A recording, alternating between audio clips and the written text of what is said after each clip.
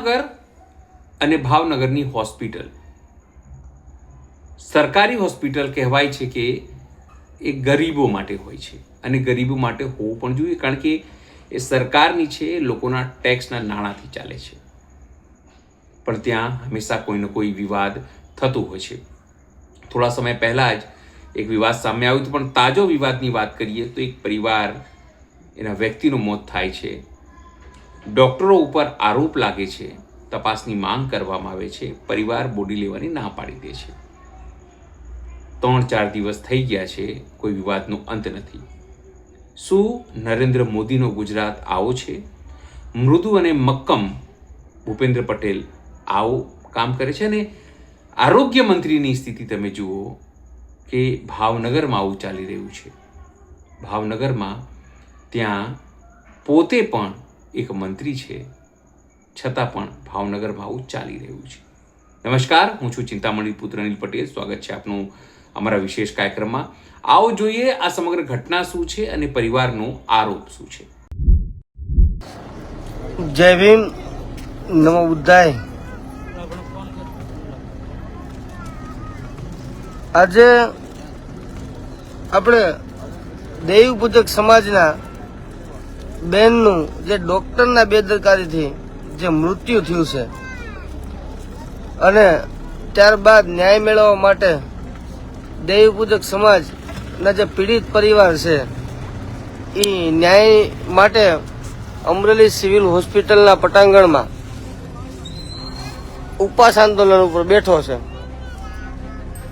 આજે ઉપવાસ આંદોલનને 3જો દિવસ છે. હાલ આ ભાઈ જે તમને હરેશભાઈ દેખાય છે ને, આ હરેશભાઈના નાના નાના દીકરા છે. આજે એમને ખબર પડી કે મારા મમ્મી નથી, અને બીજા એક દીકરો છે એને અંદર હોસ્પિટલમાં એડમિટ કર્યો છે. એને થોડીક તકલીફ થઈ ગઈ, કેમ કે આ દેવપૂજક સમાજનો એક નિયમ છે કે જ્યાં સુધી હોગ ભંગાય નહીં ને ત્યાં સુધી એ લોકો ખાય નહીં. એટલે આજે 4થો દિવસથી આ લોકોએ કોઈ ખાધું નથી. એટલે ઓલા જે બીજા દીકરા છે એની તબિયત ખરાબ થઈ ગઈ છે.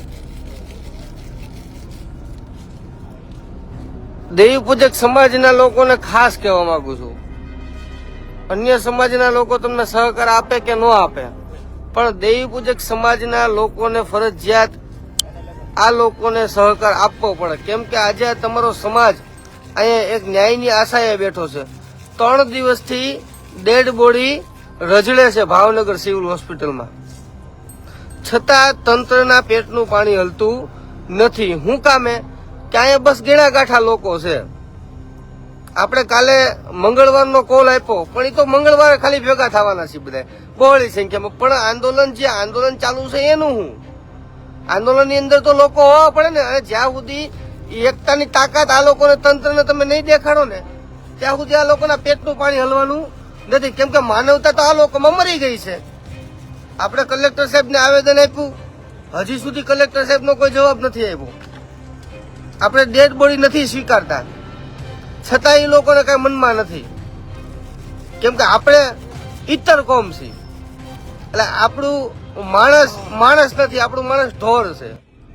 એટલે આ લોકોના પેટનું પાણી હલવાનું નથી. પણ સમાજે એની તાકાત દેખાડવી પડશે. સમાજ જ્યાં સુધી એની તાકાત નહીં બતાવે સમાજ જ્યાં સુધી એની તાકાત નહીં દેખાડે ત્યાં સુધી આ તંત્ર હરકતમાં આવવાનું નથી.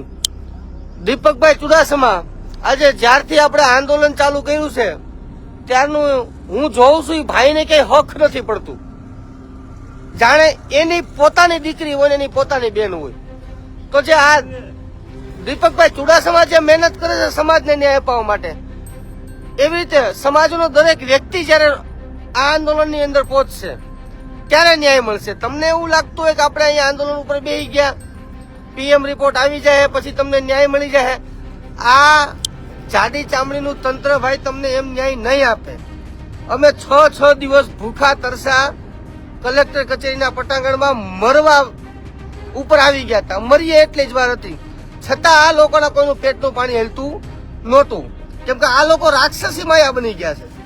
આ લોકોને માત્ર સાવકારોને ટેકો કેમ દેવો, રાજકીય લોકોને છાવરવા કેમ? આ લોકો માટે જ આ અધિકારીઓને બેહાડ્યા છે. કેમ કે પગાર આ લોકો એના ઘરે લેવા જાય છે. લોકોના ટેક્સના પગાર પૈસામાંથી આ લોકોને પગાર નથી ચૂકવવામાં આવતો. એટલે સર્વ સમાજને આજે અમે જે આંદોલન કરવા બેઠા છીએ, આજે બેન એક્સપાયર થઈ ગયા છે ડોક્ટરની બેદરકારીના હિસાબે.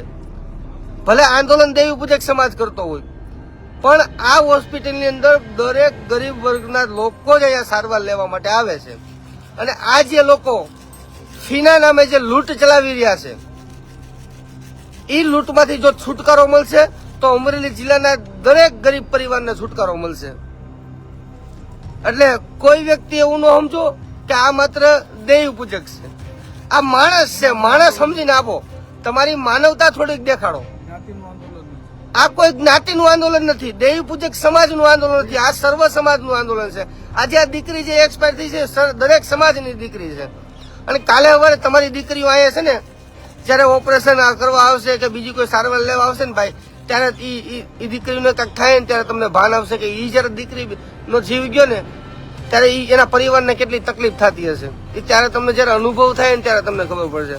એટલે આ નાલાયક તંત્રના પેટનું પાણી હલે અને આ નાલાયક લોકો કાંઈક હરકતમાં આવે એના માટે સમાજની જરૂર છે. અહીંયા 2-5 જણા અમારી જેવા હશે તો આ લોકો જવાબ નથી દેવાના. એટલે અમારા સમાજના અનુસૂચિત જાતિ સમાજના આગેવાન જેમની પ્રેરણાથી અમે આગળ વધ્યા છીએ એવા ધીરુભાઈ ખીતોલિયા કાલે રાત્રે અહીંયા આવ્યા હતા. અને આજે જો કે આંદોલનની અંદર સંપૂર્ણ સહટેકો એને જાહેર કર્યો છે. આપણે 2 શબ્દ કહીએ, ધીરુભાઈ કહેશે. જય સંવિધાન, જય ભારત. સાથીઓ, આ હોસ્પિટલ સરકારી અમરેલી જિલ્લાની એકમાત્ર ગરીબ લોકોના સ્વાસ્થ્યને સુરક્ષા માટેની એક હોસ્પિટલ હતી. આ હોસ્પિટલને રાજકીય લોકોએ પૈસા લઈને માલુતીદાર લોકોને વધારે પૈસા કમાવા માટે એક કાયદેસરનું આ એક દવાખાનું નહીં પણ કતલખાનું નાખ્યું છે.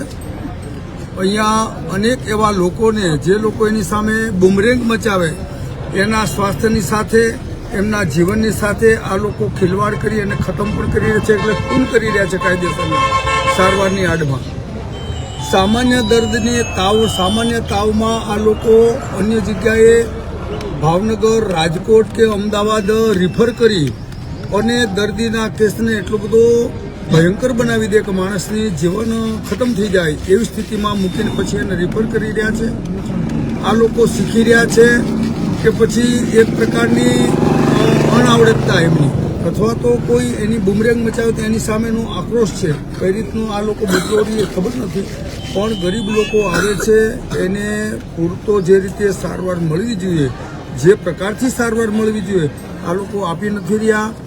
હમણાં વચ્ચે મારે એક વખત તો પેલા ભાઈ આપણે RSS વાળા કોઈ હતા, ટીલું માંડે છે ગજેરા કંઈક.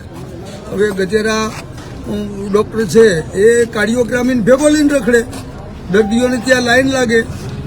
આજે તમે વિચાર કરો કે જે કાર્ડિયોગ્રામ કાઢવો ક્યારે કાઢવો પડતો કે દર્દીની નાજુક સ્થિતિ હોય, એના હૃદયના ધબકારાઓ બરાબર ચાલી રહે છે તો એવી જગ્યાએ લાઈન લાગે અને આ કાર્ડિયોગ્રામને કાર્ડિયોલિસ્ટને ભેગા લઈને ફરે.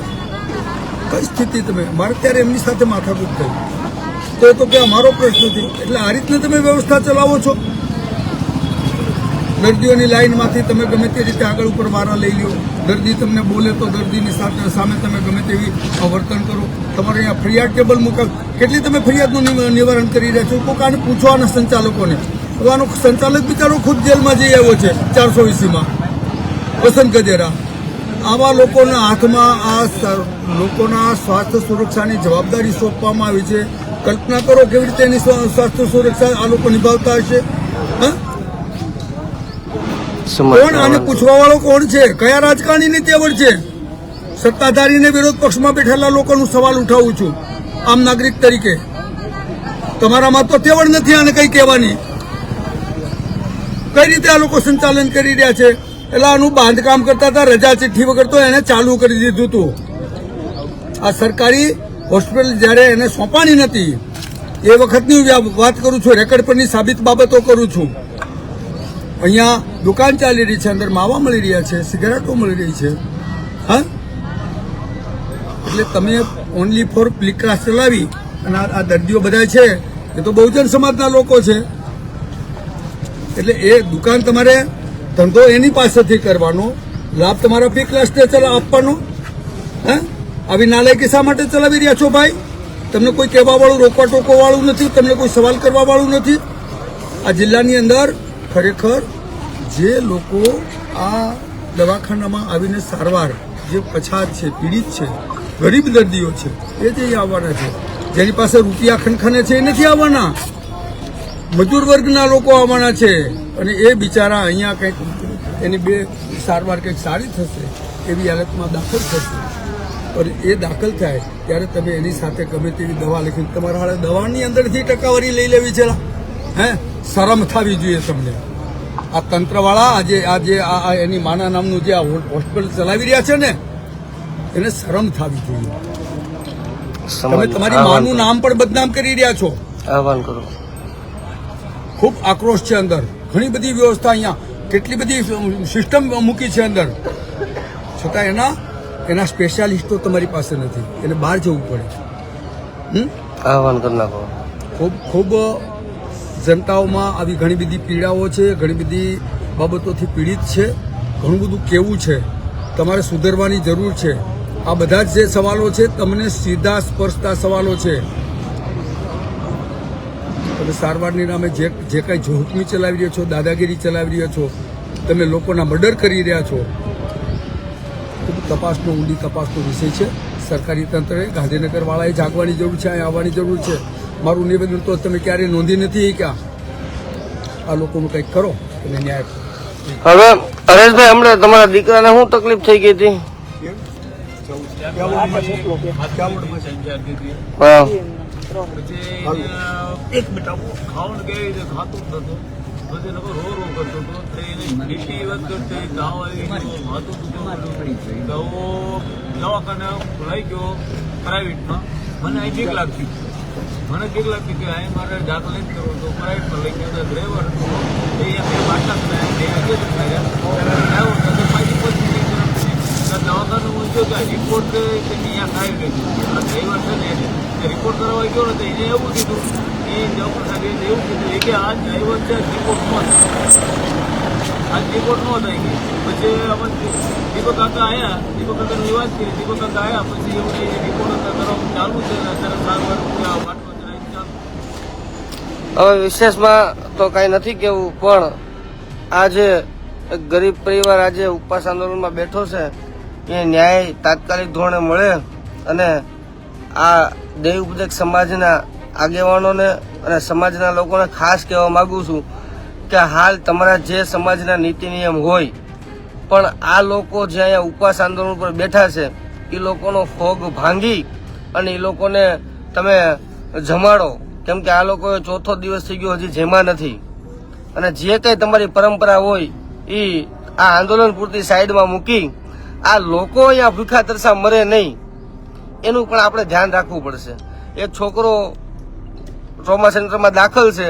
હવે બીજા કોઈને કઈ તકલીફ થાય એની પહેલા આજ સાંજ સુધીની અંદર આજુબાજુના દેવ પૂજક સમાજના લોકો, જે સમાજના અગ્રણીઓ છે, એ લોકો આવી અને આ લોકોનો હોગ તોડાવી અને આ લોકોને જમાડો એવી વિનંતી કરું છું. અને આ વિડીયોને બને એટલો શેર કરો, કેમ કે સોશિયલ મીડિયાની તાકાત સિવાય આપણી પાસે કોઈ બીજી તાકાત નથી. સમાજ તો આવતો નથી અને સરકાર કાંઈ આપને સહકાર આપે એમ નથી, અને આ જાડી ચામડીનું તંત્ર એ કાંઈ આપણું ધ્યાનમાં લે એમ છે નહીં. એટલે માત્ર આપણી પાસે આ સોશિયલ મીડિયા છે એ જ તાકાત છે. અને મોતનો મલાજો હચવાય અને તાત્કાલિક આ બેનને ન્યાય મળે એવી સમાજ પાસે અપેક્ષા રાખું છું અને બહોળી સંખ્યામાં લોકો આવે એવી વિનંતી કરું છું. જય ભીમ, જય સંવિધાન. આ સમગ્ર ઘટના જોઈને આપને શું લાગે છે જરૂરથી મારા કોમેન્ટ બોક્સમાં કોમેન્ટ કરજો. એ સિવાય અમારી યુટ્યુબ ચેનલને આપ લાઈક કરો, સબસ્ક્રાઇબ કરો, બેલ આઇકન દબાવો. સાથે અમારી વેબસાઇટ છે www.gujaratplus.in, ત્યાં પણ જઈને તમે વધુ અપડેટ થઈ શકો છો. અત્યાર માટે બસ આટલું જ. નમસ્કાર.